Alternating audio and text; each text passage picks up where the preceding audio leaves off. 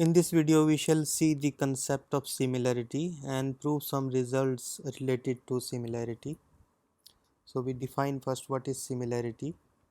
Let A and B be two square matrices of the same order over the same field F. If there exists a square matrix P of the same order such that B is equal to P inverse AP, then B is said to be similar to A. And we write, if B is similar to A, we write it as B similar to A. Now we can write any matrix A as I inverse AI. So this shows that this similarity is reflexive. Every matrix is similar to itself. If B is P inverse AP, then we can write down A as PB P inverse. And so relation of similarity is symmetric. Suppose B is similar to A and C is similar to B, then B will be equal to P inverse AP and C will be equal to Q inverse BQ for some matrices P and Q. Now we can write C as Q inverse BQ, put the value of B here, so it is Q inverse P inverse AP Q. This is Q inverse P inverse A PQ. Q inverse P inverse is PQ inverse. So we have C equal to PQ inverse A PQ. So that means C is similar to A. So this similarity is an equivalence relation.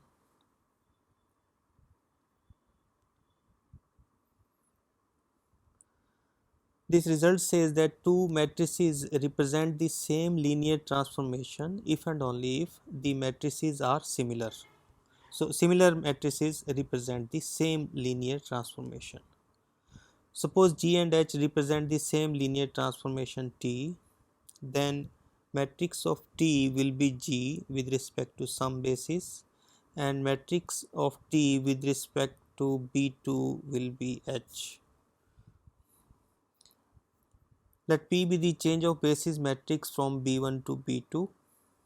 Then by theorem 6.7, matrix of T with respect to B2 will be equal to P inverse TB1P, but TB2 is H, so that means, and TB1 is G, so H is equal to P inverse GP, so that means G and H are similar.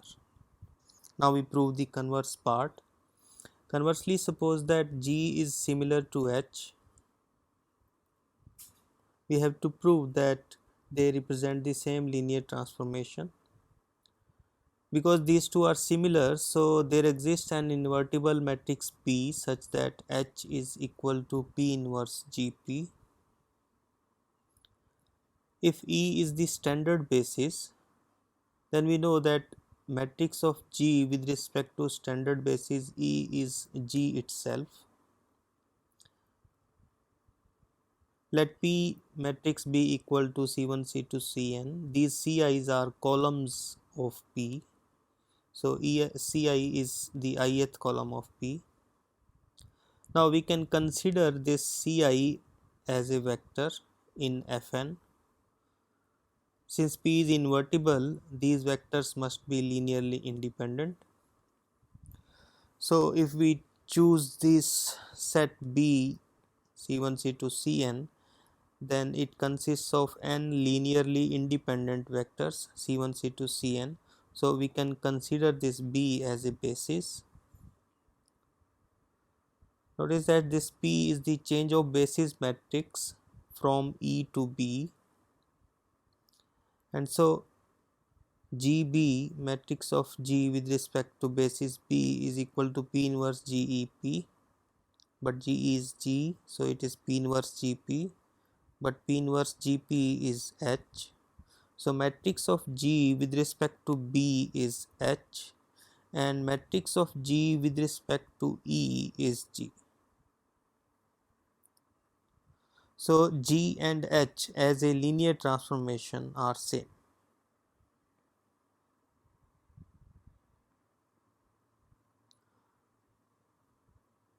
A linear transformation T is said to be diagonalizable if there exists a basis B of V such that matrix of T with respect to this basis B is diagonal matrix.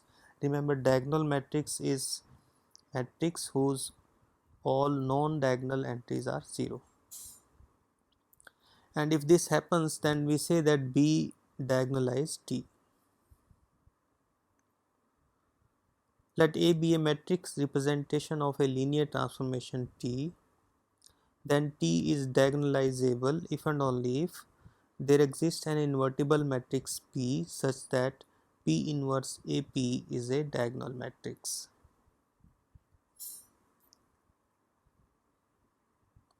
So saying that T is diagonal, it's same thing as its matrix representation is diagonal matrix.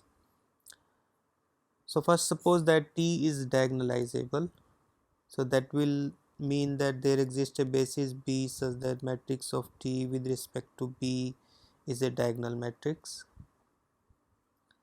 Let A be the matrix of T with respect to some another basis B1. So A and D represent the same linear transformation T. So by the previous result, A is similar to D.